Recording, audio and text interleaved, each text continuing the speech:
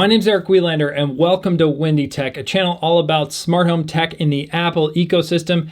Today we're going to be taking a look at the Philips Hue Go. So the Philips Hue Go is a portable light from Philips Hue. It's compatible with HomeKit like I think pretty much all their product line is. And you can set the colors on it and you can either use it plugged in or on battery power. It can last for 180 minutes on battery power and can emit 300 lumens. And it can sit either sort of at a diagonal or upright. So we'll go ahead and launch the Philips Hue app here. And I'm going to go ahead and add an accessory. Maybe it's light setup. Okay, cool. Yeah, Hue Go 1. And you can see it flashing back there, which is cool. Then if I go back into the HomeKit app, I can assign it a room. Let's see, I bet I have default room now because I just added an accessory. Maybe it'll just stick it in the server closet. Yep, bare light, there it is.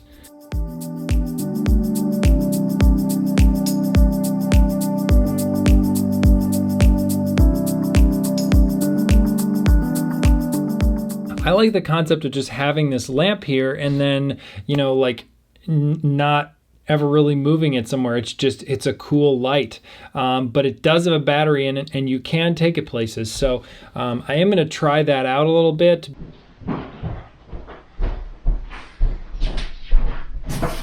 All right, so I've taken this Hue light on the go with me to the dining room and there's no wires attached. We'll see how it does. There's a button in the back which you can use to control the lighting. So you don't need to have your phone or anything up to control the color. Well, you just have this around. So you can go ahead and tap on it and change to different colors that Hue has preset in here. It seems that when I double tap it, it sort of resets it, but it says that I should double tap and hold to get through all the colors. But see, when I hold it, then it turns it off. Overall, so far, I find the button pretty confusing. Right now, I'm able to just tap it and get it to change modes, and they sort of correspond to different moods they recommend, like meditation or coffee or all kinds of other stuff. They have Cozy Candle, Sunday Coffee, sound like Crayola crayon names or something. Meditation, Enchanted Forest, and Night Adventure. All right, so Future Eric here, and I think I've gotten the hang of this button. And once you get it, it's not that complicated, but there's still some rough edges that I think are a little tricky. So to turn it on, it's pretty easy. You just press on the button, and then it will turn it on. And then to cycle through any of those silly Crayola crayon name modes, you know, you can just tap on the button, and then it will just go to one of these, you know, different settings. And some of these, you know, have dynamic colors that you'll sort of see shift a little bit as you're using the light. So very fun look, and you know, you can blast this up on a wall, add some color to that wall, or you know, whatever kind of environment you want to set with this portable lighting. From there, you know, so just single tap to cycle through colors. Then if you want to turn it off or put it in standby mode, you can just press and hold. And that will turn it into standby mode, which means that it will stay connected to the Hue bridge if it's nearby a Hue bridge for 2 hours. And then from that point, you can still control it with your phone and wake it up. But after 2 hours, it'll just go completely off. And you need to turn it back on with the button or plug it in order to get it to work. From there, the tricky part that I think really gets too confusing is this whole cycling through colors. So they mentioned something in the manual here where if you want to cycle through colors, you can double tap and hold, and then it cycles through the different colors, and then you just release to set that color. And that can be kind of a nice feature to have, in that you don't need a phone or any kind of smart home control to get the color you want. So if you're on the go, you can do that. But it's a little tricky, so I'm going to turn off the light here. Double tap, or tap once to turn it on. Then I'm going to double tap and hold. And see, now it's going through and cycling through different colors. And once I let my finger up on the button, then it will stop at that particular color that I like.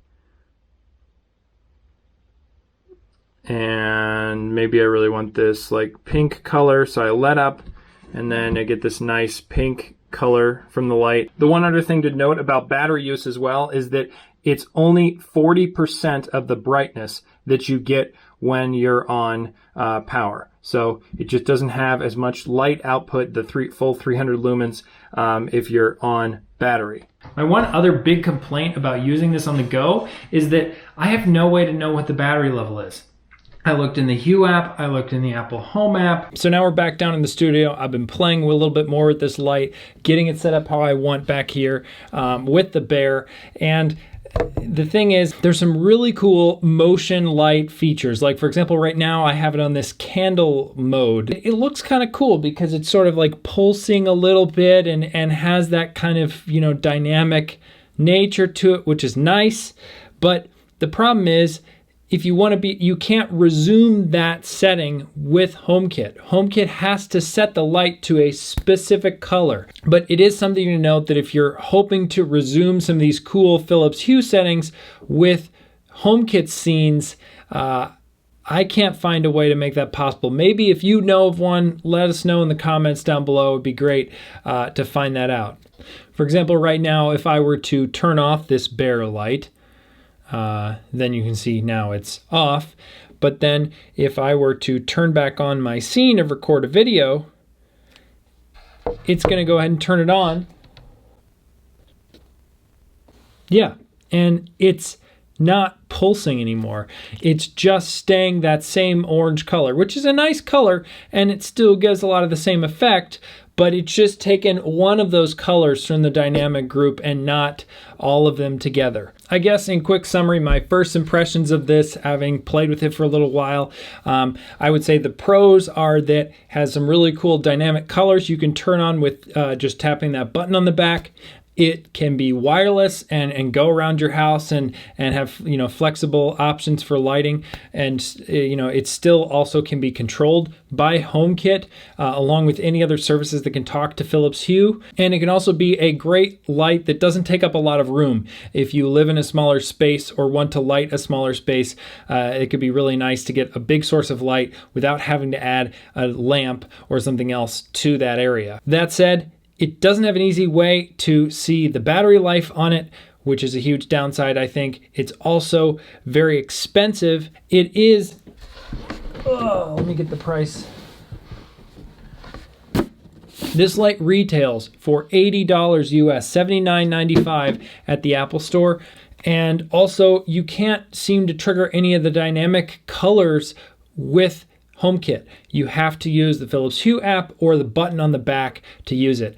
That said, speaking of the button on the back, I think Philips tried to cram way too much functionality into that back button, and all of this double tap, hold, more than 10 seconds, less than 10 seconds, it's just too confusing. They should have either added some more buttons or cut down on the functionality that button can do.